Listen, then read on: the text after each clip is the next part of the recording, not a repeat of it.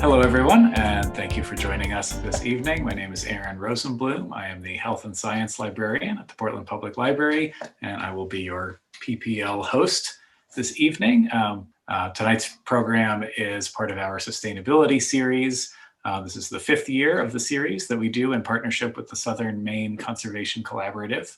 We hope that you'll join us again next month on April 28th at 5:30 for our next installment with the Wild Seed Project, whose mission is to inspire people to take action and increase the presence of native plants grown from wild seed here in Maine.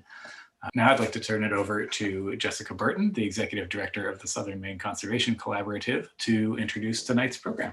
Thank you, Aaron, and welcome everybody. Thank you for joining this evening. We are very excited for our presenters. Tonight we're featuring WindowDressers. WindowDressers brings volunteers together to improve the warmth and comfort of homes, lower heating costs, and reduce carbon emissions by producing low-cost insulating window inserts that function as interior-mounted storm windows. And I can tell you they work very well. I have a number of them in my house, and I'm just thrilled to be able to provide a space and a platform for the important people of WindowDressers to share their story. So I'm going to pass it over to Jessica Williams. Good evening, everyone. I'm Jessica Williams, and I'm a volunteer coordinator for WindowDressers in South Portland. With us tonight are Laura Sweeten, the executive director for WindowDressers. Hi, Laura. And Taylor Struvel, who is a local coordinator for South Portland WindowDressers as well. Hi, Taylor. Hi. So we're going to start by showing a short video about WindowDressers, and then we're going to talk a little bit more about how the inserts work and their benefits. Taylor and I are going to talk about our experiences as volunteer coordinators. We're going to talk about how you can get involved with WindowDressers as well, and then we'll take your questions at the end. So the video is a Pachacucha talk that Laura gave in 2018. And Pachacucha is a storytelling format where a presenter has 20 seconds to present 20 slides. While Jessica's finding it, I'm just going to clarify that it's 20 seconds each slide. Because 20 seconds for 20 slides would be super fast, and I cannot talk that fast. So the video will take about 6 minutes altogether. In 2010, the Rockland UU Church realized that it was losing a lot of heat out of its leaky aluminum-clad windows. A friend of the church named Dick Kadugan offered to build insulating window inserts based on a design he learned from Topher Belknap of the Midcoast Spring Collaborative in Damariscotta. Those windows are actually at the Belfast UU Church. The inserts were custom made to exactly fit the church windows. When members of the congregation felt how much warmer it was to sit near those windows, they asked if they could get inserts for their own homes. So Dick and his friend Frank Mundo measured their windows and custom built another 185 inserts in their basement workshop. Word spread. In the following year, the duo took orders for 1,231 inserts. Frank spearheaded a community workshop on Islesboro where the people who ordered inserts came together to build them. It was like an old-fashioned barn raising. This workshop actually happened in Wells last year. Every year, the volunteer effort grew bigger. In 2012, they named themselves the WindowDressers, incorporated and gathered a board of directors. They purchased a computer-assisted saw and labeling machine and built over 2,200 inserts at 6 community workshops. Eventually, the WindowDressers moved into the Lincoln Street Center in Rockland and hired a small staff to manage the cut shop and the growing number of community workshops. Each community workshop is run by a team of local volunteers.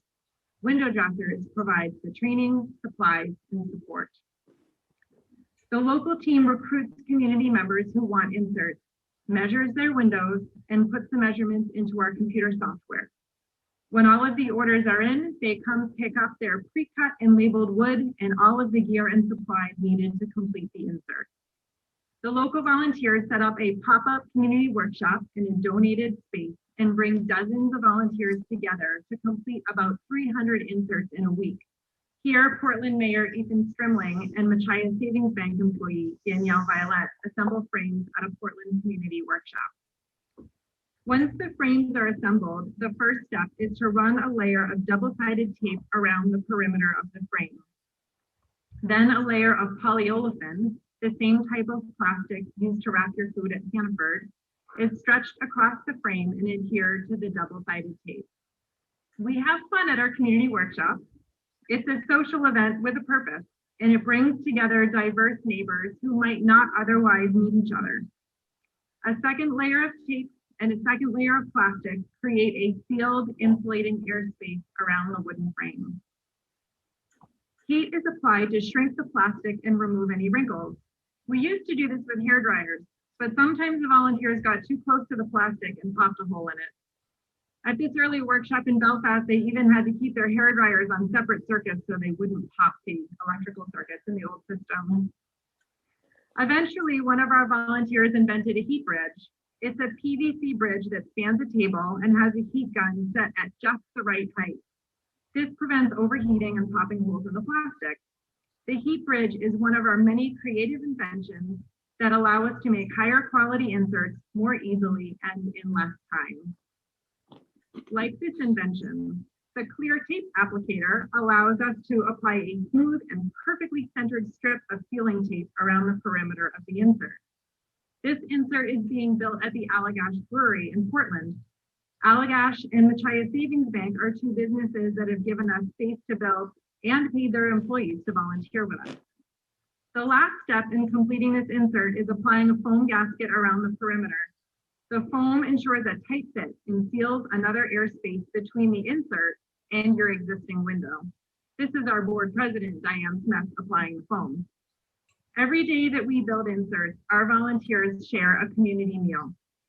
Some volunteers bring soup or bread or cookies to share with their fellow volunteers. Other times, local businesses donate food to our volunteers to support our effort. Sharing this meal together is another way that we build community. Because of our model of volunteer assembly, we are able to keep our prices very low for everyone who buys inserts. We even get grant funding and donations every year that allow us to give away about 25% of our inserts to low-income families free of charge. Once the inserts are completed, they are easy to install. They simply slide into place and are held there by friction. In the spring, they slide right back out and can be stored for use the next year. With proper care, they will last at least 10 years. Homeowners and renters love our inserts, but they've also been a great addition to many public buildings. Here, 3 volunteers install extra large inserts at the Belfast Free Library. Inserts are much more affordable than replacing windows altogether, and they also preserve historic character. In this picture, the white insert is installed in a pine window so you can more easily see how it works. The tight-fitting insert traps insulating air between the insert and the window behind it, as well as between the 2 layers of plastic in the insert itself. This about doubles the insulation value of the window and still lets in all the winter sunlight and allows you to enjoy the view. We expect to complete nearly 7,000 insulating window inserts at 32 community workshops across Maine this year, from Wells to Machias and Lewiston to Presque Isle. By the end of this heating season, we will have built a total of over 33,000 inserts, saving an estimated 1.2 million gallons of heating fuel from being burned. Our mission at WindowDressers is to warm homes, help the environment, and build community so that we can make life a little better for our neighbors now and keep our planet healthy for the next generation of Mainers. We would love for you to join us in our work. Thank you. All right, so that video gives a really pretty comprehensive overview of the organization and how it got started and how it's expanded over time. So Taylor and I are going to talk a little bit more about how the inserts work and why we think WindowDressers is such a fabulous organization to work with. So why insulate your windows? Well, this could be your house. This image was taken from the outside with an infrared camera, and it's a good illustration of the fact that according to the Department of Energy, heat loss through windows is responsible for 25 to 30% of residential heating energy use. So if you're not familiar with a picture like this, the red areas show where there's heat, where there's warmth, and the green, yellow, and blue areas show where it's cooler. So the outside air around these windows and the doors is warmer than the outside air around the rest of the house.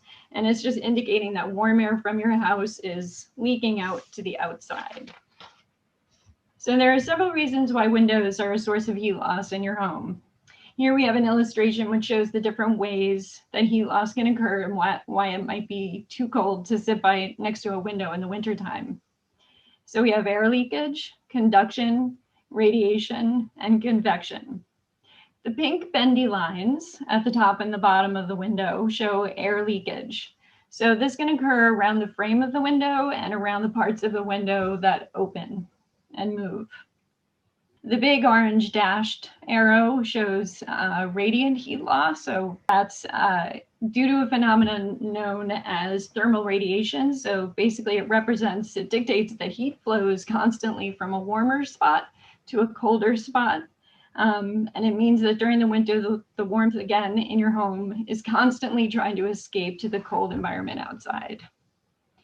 So the two smaller orange arrows represent conduction.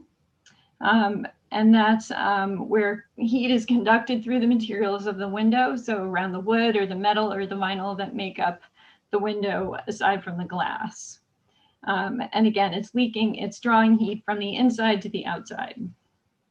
The large dark red arrow shows convective heat loss inside the room. So how this works is that as warm air from the inside comes into contact with the cold surface of the window, the warm air cools, it sinks, and it creates a convective current of air near the window. So it's cooling the inside air, but it's also creating the feeling of a draft near the window. So as you can see, each winter, some of your heating cost dollars are just simply flying out the window. So what are your options? Replacing your windows is one option, but I think we all know that that's a pretty costly option. And even if you do get high quality new windows, double paned windows, you're still going to have heat loss from conduction, and you're going to feel the convection effect as well. So for example, I have some new Anderson windows in one part of my home. And if I sit by those or put my hand on the glass on a cold winter day, it feels cold. So now I have inserts on some of those windows. You could also do something like this. You could put a piece of plastic film across the windows using one of the various kits that's available on the market. Or you could install window shades like this. So let's see, we have a honeycomb structure and some are made of a quilted material. And either of these are good at doing some things, but none of the options that I've shown you are really good at doing all of the things that we needed to do. So it's creating a sealed, insulated space that's going to allow you to look out the window and get all the light coming in. So Taylor's going to take over at this point. Oh, really? Yeah, I am. So why window dressers insulating window inserts? Well, why do we think the window dressers inserts are a better solution than all the ones Jessica has mentioned? Broadly speaking, when you purchase window dressers inserts, you'll not only be receiving a high quality, low cost, and effective product, but by participating in the actual construction of the inserts in a collective effort, you'll be supporting others in your community and helping save money, make homes more comfortable, reduce carbon emissions, not only for yourself, but others in your community as well. So now let's look at some of the details of what I mean by this. First of all, you're going to get a high quality double paned insert that's custom built to fit snugly inside your existing windows. We measure with laser measurers to the 100th of an inch, and then the computerized chop saw at window dressers cuts out the wood. The foam is what holds the window insert into the window, and the foam also keeps air from escaping in that little space there. There's no more space. With inserts like this in your windows, you'll end up with 3 sealed air spaces that will provide insulation against the cold. The first sealed air space is your double pane window, assuming you have a double pane window. The second is the airspace between the 2 layers of plastic on the insert. The third lies between the window and the insert. Even if you don't have double pane windows, the inserts are adding needed insulation as well. On a cold day, if you put your hand on your window without an insert, even a double pane window, it will feel cold. With an insert in place, the surface of the insert will feel room temperature. So you won't be losing valuable heat in all the ways described earlier, and you won't feel the draft created by convection. Another benefit of the inserts is that they can help reduce or eliminate condensation on your windows. Again, that can occur when the warm air on the outside hits the cold surface of a window pane. Sometimes you get ice down in the corner of those window panes. By eliminating condensation, you're reducing the possibility of mold, mildew, and rot issues that can occur as the result of the moisture. Another reason why window dressers inserts are a great option is the low cost to the other options. So you've got an average of pine of $39 per insert. White is around $50. Indo windows are a commercial product that's made of a single pane of plexiglass, $260. And replacement windows are $750 each. We keep our insert prices exceptionally low, 50 to 75% less expensive than commercial products, through our nonprofit model of cooperative insert building. This means customers contribute their time to help build inserts at our local community builds. As you can see here, the average cost of an insert is considerably less than other options. Save money on fuel bills. Window dressers inserts will help you save money on your heating bill. Savings will vary depending on many factors, including the type of fuel you use and the quality of your existing windows. Our research shows that in a typical house, 10 inserts save an average of 105 gallons of heating fuel every year for an estimated savings of $270 a year. So that's approximately $27 an insert per year. Looking at the average cost of our inserts, either $39 or $50, they generally pay for themselves in less than 2 years, which is really good payback. Cozy and comfortable. If you're losing less heat through your windows, your heating system doesn't have to work as hard for you to keep your home cozy and comfortable temperature. With inserts in place, you can now sit by a window that would otherwise have been too drafty to sit by and enjoy the winter view.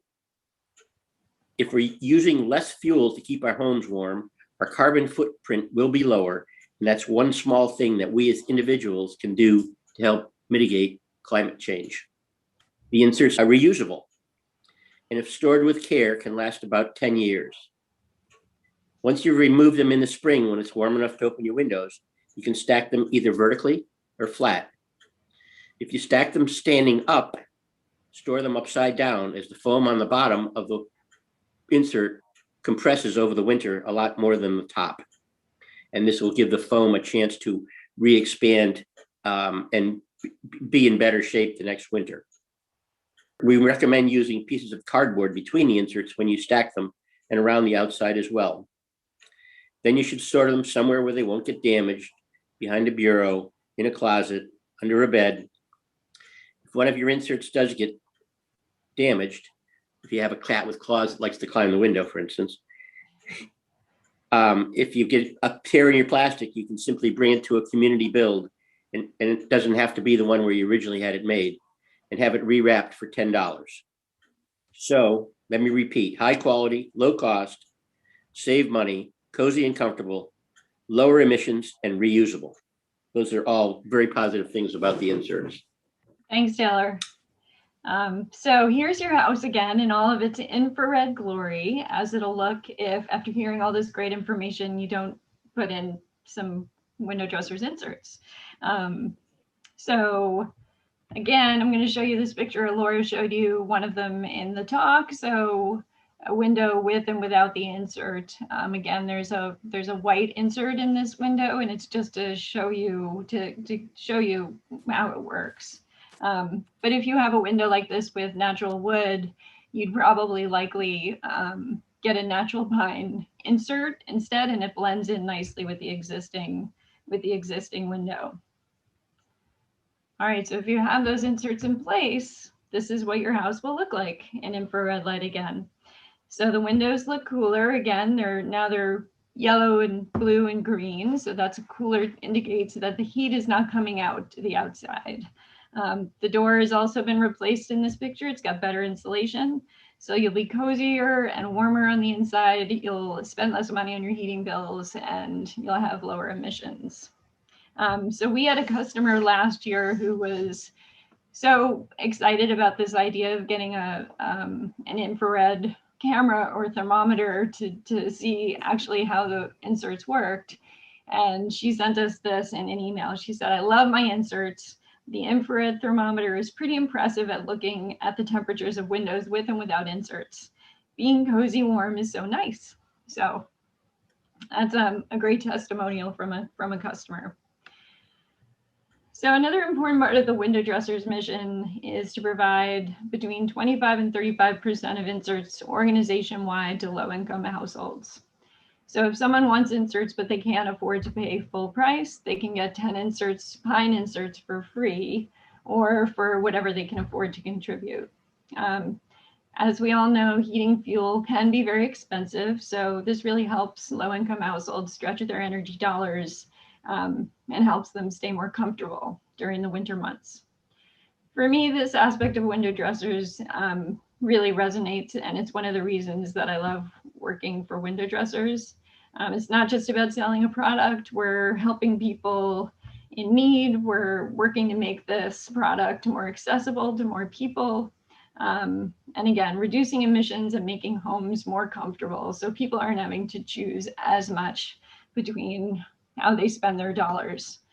So in South Portland, when we've done 2 builds. At the first build, 11% of our inserts went to low-income households, and then at the second, 23% of our inserts went to low-income households. We'd like to continue to reach more low-income households, but we've also struggled a little bit in finding the best way to do this. But we're going to build on the things that we've done in the past and keep working to increase those numbers. Again, as Laura mentioned in the video, funding for the low-income program comes from donations. It comes from grant funding. If volunteering isn't your thing, please consider donating to WindowDressers so we can keep this low-income program part of the organization going strong and providing inserts to low-income households. So community is really at the heart of what WindowDressers does. So community builds equal building community. And we really see this during the week-long effort to get all of the inserts built. So we rely not only on our customers to volunteer their time, but we've got many volunteers who sign up for a shift just to help out. Local businesses have donated delicious food for our volunteers, and some businesses have even sent teams of employees to help build inserts as well. It's really inspiring to see all of these people show up and be really excited to help out with this. We've also partnered with some local organizations such as 350 Maine and the Sierra Club Maine, who've helped us conduct outreach to their networks for us. And they've also been a source of customers and volunteers as well. So we get a lot of great support from across the community for what we're doing. So a quick overview of what a community build looks like what a typical day might be. So we have 2 4-hour shifts each day with approximately 12 volunteers at each shift. We have 1 shift in the morning that runs from about 8 a.m. to 12 p.m. We have a lunch break, and it's usually really delicious food. And then we have the second shift, which goes from about 1 to 5. The builds run for approximately 5 days. So the first day or two, we're assembling frames for the windows, and then we'll transition to adding the layers of plastic. So in between that, we have the layers of double stick tape, and then finally we have the foam gasket that goes around the outside. So with a team of about 12 volunteers for each 4-hour shift, we can assemble about 80 to 90 frames or inserts in a single day. We also ask that customers who are participating, so for every 3 to 5 inserts that you order, we ask you to do 1 4-hour shift. So if you're getting 10 inserts, we ask you to do 2 4-hour shifts, and you can spread those out over, you can do them all in one day, or you can do it over a couple of days. So in the video, Laura mentioned some statistics about the number of inserts built, and that needs some updating. So since 2010, WindowDressers has built 42,567 inserts, and that has collectively saved an estimated 3.4 million gallons of heating fuel from being burned. So that's really terrific. And we're finally able to look ahead to this year, which is everybody's very excited about. So we're planning 47 community builds across Maine, Vermont, and New Hampshire, and we plan to build 9,400 inserts this year. So it's very exciting. We're very excited to be getting back in the swing of things after our pause. So again, this is another shot of an insert in a window, and this is probably a casement window because you can see the crank at the bottom that's been removed to make the insert fit more snugly. And then next to it is a paint can opener, which we provide to every customer, and it's a tool that you can use to help remove the insert once you're ready to take it out in the spring. So we hope that you'll join us and get in touch if you're interested. So just a little bit of background about how Taylor and I got involved with WindowDressers, so that if you're curious about getting involved, this might give you a little bit of an idea of how to go about doing it.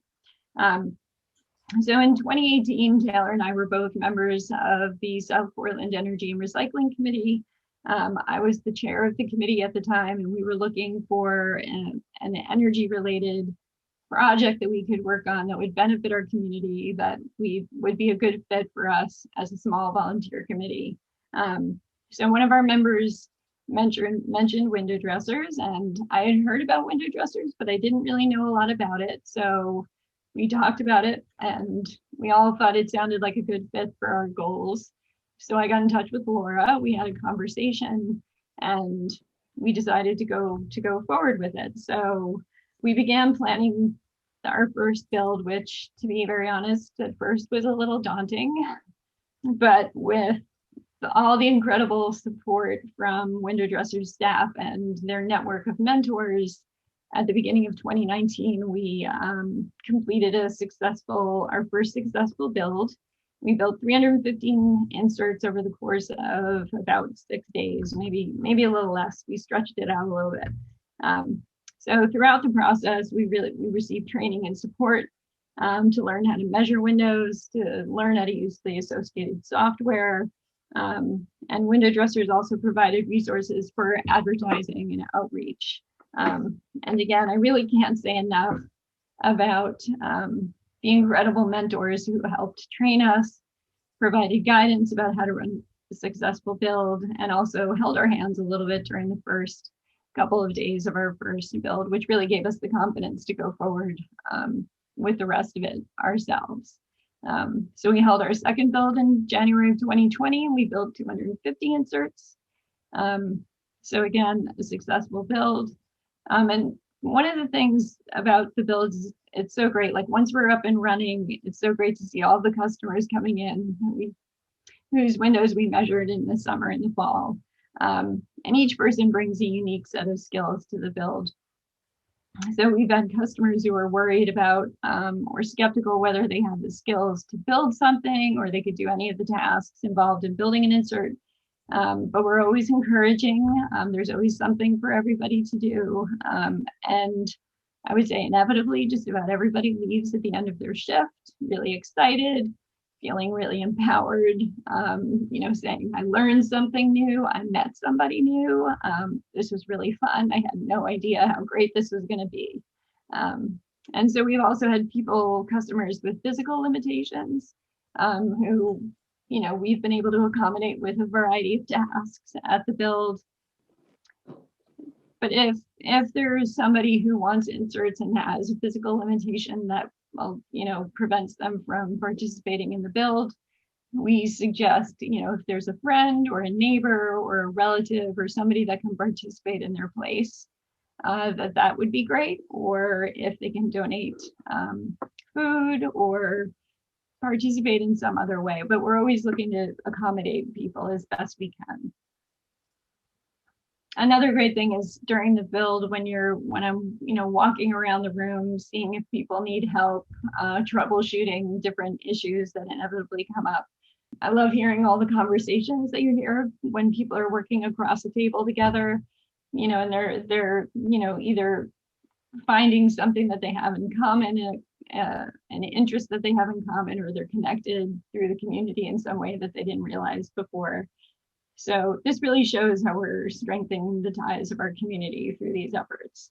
And for me, that's one of the most satisfying aspects of the build week as well. It's a lot of work. It's really tiring, but it's the people and their enthusiasm for the process, as well as the finished product, that are really inspiring to me and keep me wanting to keep doing this work. So like I said before, we're looking ahead to this year and putting on another build sometime in the fall, so we can keep providing this service to residents of South Portland and surrounding communities. We've actually also done inserts for residents of Portland, Cape Elizabeth, Scarborough, Saco. I think that's what we've covered so far. So, and Taylor and I are looking to expand our leadership team. In the past, we've pretty much done everything ourselves, which is a lot, but we've enjoyed it, but we would love to have some help this year. So we're going to be working on that. And if anybody watching tonight is a South Portland or Portland resident and wants to get involved, definitely get in touch with us or with WindowDressers. So it's a lot of fun. You meet a lot of different people, and if you wanted to get involved as part of the organizing team or as part of the measuring group, that you can probably expect to spend 20 to 30 hours total spread out over 2 to 4 months. So it's not a huge commitment, but it really would be a huge help. So now I'm going to unshare my screen, and we're going to attempt to do a little demo of taking out and putting in an insert. So when you pick up your inserts, you get one of these paint can openers. So again, I'm just going to show you a little bit closer. It's a tool, and it's got a little sort of bit of a lip there. And you can use that to scoot it under the edge of the insert. You want to be careful not to grab the foam too much. So you can scoot it under there, get it all the way under and pull it out. I'm always a little bit nervous to use these, but so I use a metal spatula. So I start at a corner and I lift it a little bit and I pull it just gently. And this is a casement window, so it's a little bit deep.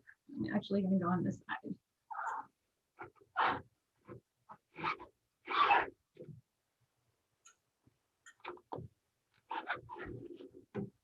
So once you get one corner out, it's pretty easy to get the rest of it out.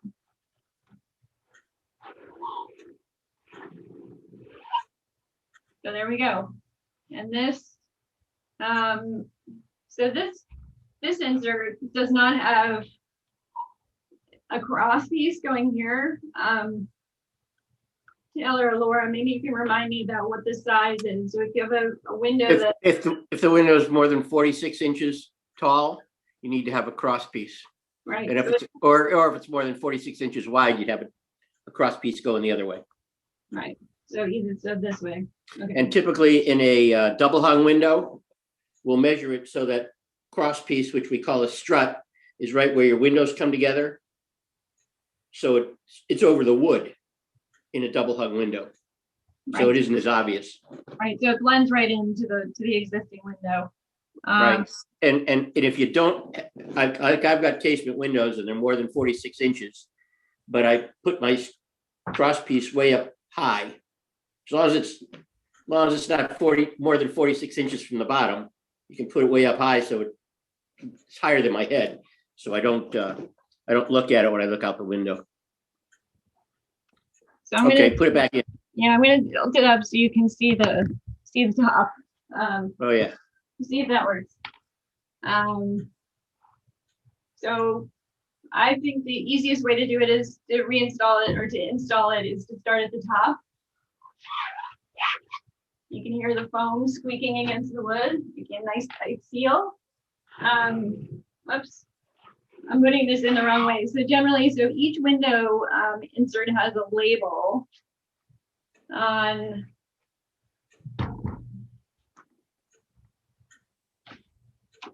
right here.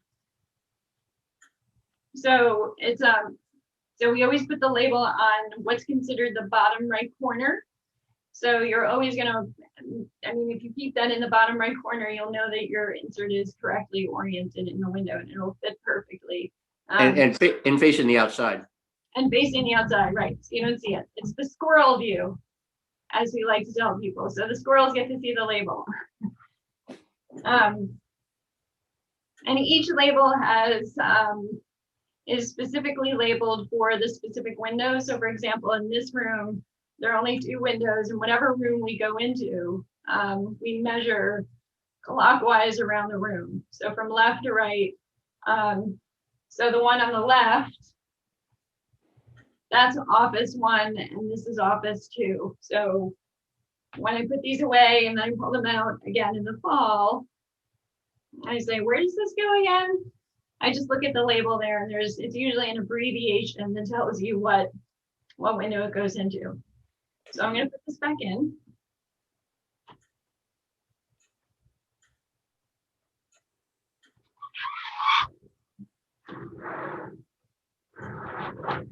So I put the top in first, and then I just push the bottom until it's snug, and then I go all around the window and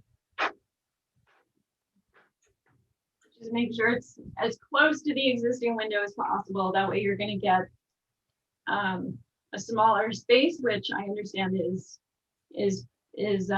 more efficient at insulating. So that's our little demo. Thank you. Hope that was helpful. So I think that pretty much wraps up what we've got for now. Let me just check my notes here.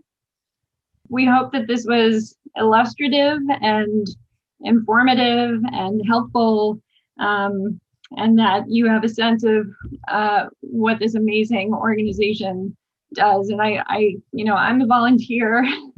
I really have been so thankful and inspired by doing this work for the past few years. Even though we had a pause, we still sort of have been engaged in some way in this work. So I really encourage everybody to, at a minimum, maybe go to a local build and see what it's all about. If there's one in your area, the WindowDressers website has a list of all of the builds that are happening around Maine, Vermont, New Hampshire. That's a great way to really get a sense of how things work, and you might be inspired to coordinate one for your community, which is great. There's always windows that need insulating, and again, if volunteering is not your thing, a donation is a great way to support the low-income program and the organization in general. And I think that's it. I think that's it. So thank you for listening. We hope you'll reach out to WindowDressers, and that we'll see you at a community build soon. We have a couple questions in the chat, and I have a couple questions as well. a couple of folks have asked basically when it's happening this year, or how many months of the year does the program run. So maybe for Portland and South Portland, what's the schedule if there is one now post-COVID? Well, I think it's going to be a little bit different this year than it has been in past years, where generally the builds run from early fall and through the very beginning of the year. I think South Portland's build, and there's one at the Allagash Brewery. I think those were the two last builds. But we're looking to get most of the builds done before Thanksgiving this year. So that's a little bit different than it's been in the past.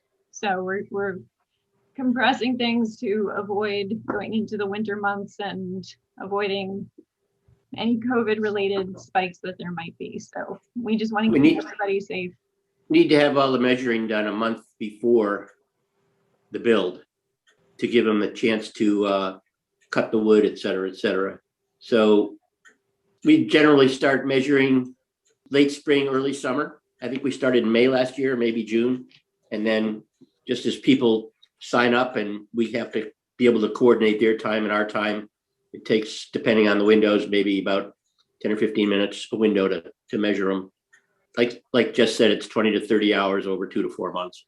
Yeah, if I could just speak to the scheduling a little bit. As Jessica said, the schedule is going to be a little bit different this year than it had.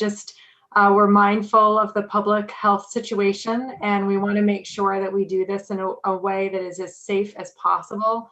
So we're delaying the start of measuring until midsummer because we want to give people a chance to get vaccinated. All of our measurers will be vaccinated, or they're not going out into people's homes. So we want to give all of our measurers a chance to get vaccinated, but also people in the general community, the people that we'll be serving, a chance to get their vaccines if they want them.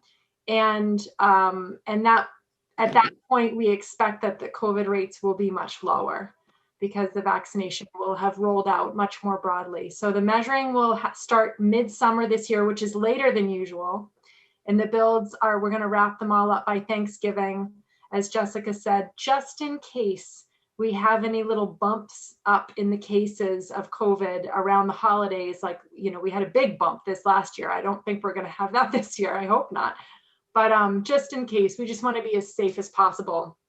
So it'll be October and November that we're holding the community builds. And we're still working on the schedule because we have to schedule 30 community builds in Maine and 17 community builds in Vermont and New Hampshire. And all of them are happening in donated spaces organized by local teams of volunteers. So it's a complicated process to figure out everybody's schedule and make sure it works for everyone. But we expect to be announcing the schedule by May.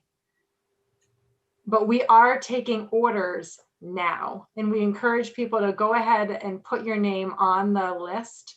If you go to WindowDressers.org, you can sign up for inserts there, and then the build nearest to you will call you when they're ready to start measuring. Yeah, I think we started measuring last year as early as we could because we had people that we couldn't accommodate with our build the year before, so they were on a waiting list. And so as soon as we were able to, we called them and started measuring. There's a recommendation that you all might want to contact Age-Friendly South Portland, and I assume that's in response to you saying that you're looking for ways of reaching more households, more low-income households. We also have a question. What if the individuals are elderly and unable to participate in the builds? We had people well into their 80s last year, and we found stuff for them to do. Sitting down, they don't have to stand for 4 hours, for instance. There's some little jobs that need to be done. Unrolling the foam, for instance, because it wasn't expanded very well. And they could sit at a table and take some foam apart. We also had some people that just made a couple of casseroles. It brought them over for lunch. And that's good too. So we'll find a way. Right. We try to accommodate people as best we can. And again, if they can have a friend or a neighbor or a relative Yeah, right. That's the other thing. volunteer in their place, then that's where, we welcome that as well. And we usually need someone to sit at the check-in table and check in the volunteers as they're coming in, give them a name tag, point them to where the bathroom is. Oh, right. So, Yeah, exactly. Yep. as long as someone is mobile enough to get out of the house and come to the build, we can usually find a way for them to be a part of it. So there's a question here about a waiting list. If I was placed on a waiting list last winter or spring, do I need to contact your organization again in advance of this spring, summer for measuring? No, you should be, you're in the system. So we know that you're waiting to be measured. Once the schedule is all confirmed and we start measuring, we will be in touch with you. You'll be assigned to a build in your local community, whatever's closest to you, and then the local coordinators or the measuring team will be in touch about setting up an appointment to measure your windows. And again, it's going to depend on making sure the measurers are vaccinated. So when that happens, just to keep everybody as safe as possible. So no, we know you're there. I have a question, maybe more for Laura, but for Taylor and Jessica, I guess based on your experiences too, about the kind of community model. Laura, in the Pechacucha talk, you sort of mentioned the origins, but that really seems unique to me. And I wondered if you wanted to elaborate any more on kind of the development of that, or if that has felt the same in one part of the state as on the other side of the state or in another state. Yeah, that's just a fascinating part of this, of bringing the community in to kind of build their own inserts or help out the community. Yeah, that was the brainchild of Frank Mundo, who's one of our founders. Frank lives on Islesboro, and this all started as a project for the Rockland UU Church. And so, of course, the members of the church community helped out with building, and they got inserts and they got together to make them together. And so from the very beginning, there was an element of people coming together to learn how to do this. And Frank realized that there were a lot of people who were capable of building window inserts, but they just didn't know how, or they might not have all the tools at their home to be able to do it. And that if people could just provide a little bit of support and a little bit of teaching, that it was really fun. People enjoyed it. It brought the community together. And I think most of us like making something, especially something that's beautiful and functional, that is showcased in our home. There's a real wonderful satisfaction to that. So they tried it on Islesboro as a way to spread the program to Islesboro, and it was such a hit. People, not only did they like making the inserts themselves, but they just really loved coming together as a community to work on a project together. And that's how the model was created. Can I just add something? I think WindowDressers is a nonprofit organization, but we are selling something. But when we ran around to talk to, say, for example, different venues to find donated space, once I explained what the program was, everybody was like, oh, wow, that's really cool. Yes, you can have our space or whatever. We'd love to help you out.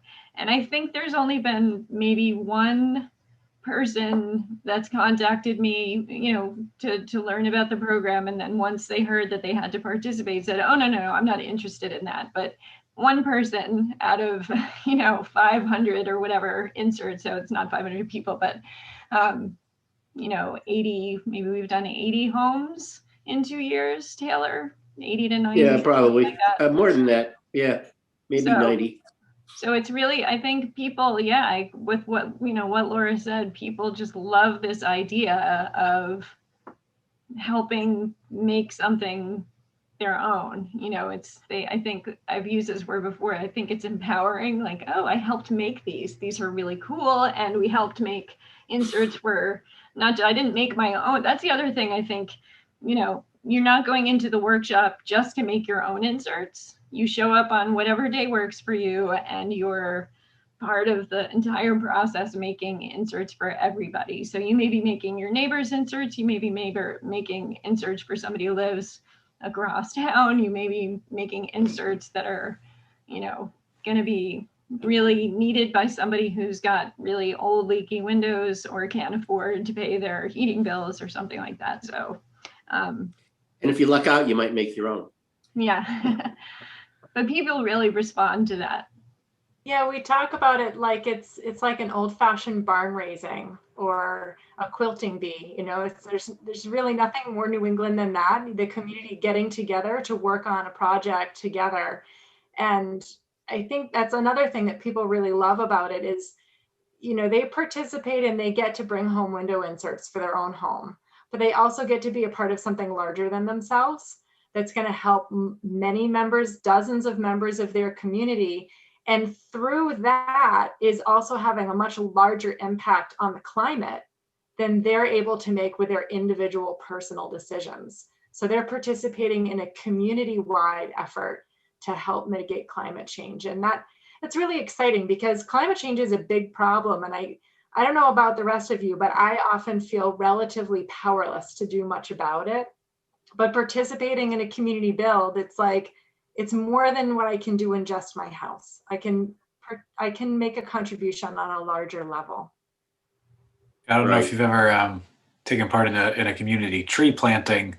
In where I used to live in Kentucky, we had a real lack of tree canopy in Louisville, and there were some great nonprofit organizations doing, you know, mostly volunteer effort run tree plantings. And every time I would walk by in my neighborhood or drive by in another neighborhood where I'd done a planting, I would see, right, like that's, you know, I put that tree there, which there is that neat sense of accomplishment where it's, I signed up to have them in my yard, right? So we planted in my yard, and that's one thing. But I do think it's neat to have that experience of helping out in this sort of this physical object that's going to be out in the world in your community. Yeah, it's fun.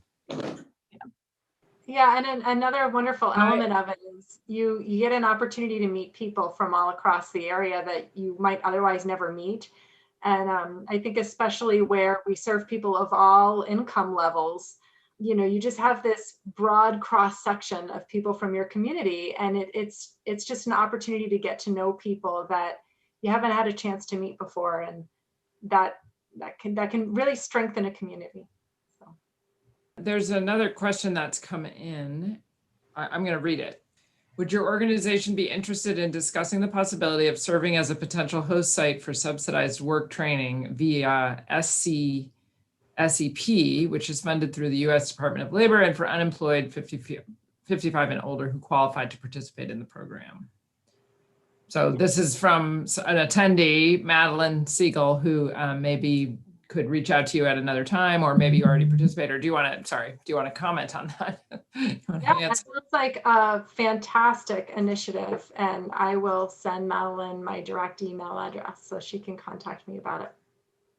Great, thank you. I noticed one of the attendees, who I don't think is here any longer, but was Sam Saltonstall. And I live on Peaks Island, and Sam brought this to Peaks Island a long time ago, it feels like. And at one point he was collecting the numbers, but there's quite a few houses on Peaks that are warmer because of Sam. So I think he's left. So if anybody can carry that message to Sam, that I would appreciate that, because I saw his name and I wanted to make sure I said hi. I will be sure to carry that to Sam. Sam is now our board president. Oh, he is? Yeah. Oh, great. Yeah. He no longer lives on Peaks Island anymore, but the Peaks Island build lives on. There are other organizers who do it every year. So yes. Yes. But that's how I got my inserts. Yep. And all my friends and yes, neighbors and so forth and so on. So yeah. Great. And we do have one more question. Are you able to install these on casement windows also? It looked like yes, but maybe this would be a chance to talk about are there other strange windows that they do work for or don't? What if you have an arched window, et cetera? That window that Jessica took in and out of the casement, isn't it, Jessica? Yeah, it's a casement window. So in the and my windows are all casements, but they don't have that big long crank. Typically, on a lot of the casement windows, you got to undo the crank for the winter, but it's just one screw, right? And I've got little twisty things instead of that big long crank. So yeah, I've got 11 inserts, and they're all casements. You need about about 3/4 of an inch of frame. So some windows don't have that, and some windows have a tipped frame. That doesn't work very well either. And then you have to be able to get behind any shades. There has to be room behind the shade. So it has to be not inset, but it has to be outset in order for the inserts to get in there. But that's part of the measuring thing. We'll check all the windows and say, yeah, we can do this one, or no, we can't do this one, or we can do this one if you do that. Yeah, we've done some bay windows, and Taylor, I think there was one customer that we did them for. We actually ended up doing, you went back to her house and sort of built, jerry-rigged an additional frame so that it would just be, instead of going, the bay, the different angles of the window, it just went straight. We just across. did one big one. Did one big one all the way across, right? Yeah. Across. So we've done things like that. But we've done a number of bay windows. We've done sliding glass doors if it's not an egress.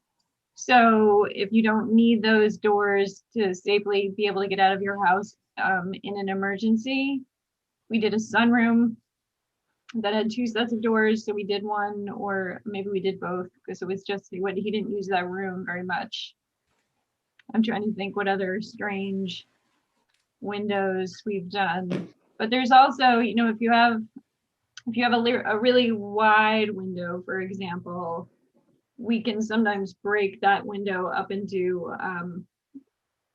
2 or 3 separate inserts, and we have them fit snugly together. The great minds behind the software, the WindowDressers measuring software, know how to make it all fit. So again, even without a single frame window, you have 2 or 3 inserts that are lined up next to each other, and they fit really well. I think I can't think of anything. We don't do arched windows, is that correct, Laura?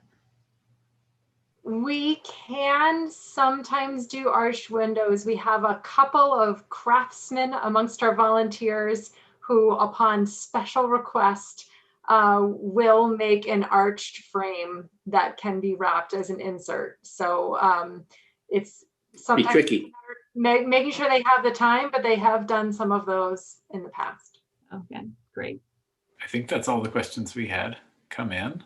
So Jess, do you have anything else to add, or otherwise? Nope. No, this is awesome. It looks like we covered all the questions. I know that everybody has said, reach out with more questions if they come up, or go to the website. And thank you. Thank you, everybody, for attending this webinar and for speaking in the presentation. I really appreciated this. Likewise, on behalf of PPL, thanks to everybody who attended. Thanks to the presenters. And we're back with the next episode of the sustainability series on April 28th with the Wild Seed Project. How do we sign up for those, Aaron? You could just show up. You could check portlandlibrary.org, or you could check the SMCC website events calendar. For now, we don't do registration on any of our Zooms, so you just have to find it. Just remember to come to it, and we'll promote it between now and then. Thank you all so much. Thank you. Alrighty. Aaron and Jessica. Thanks, everybody. Thanks. Bye.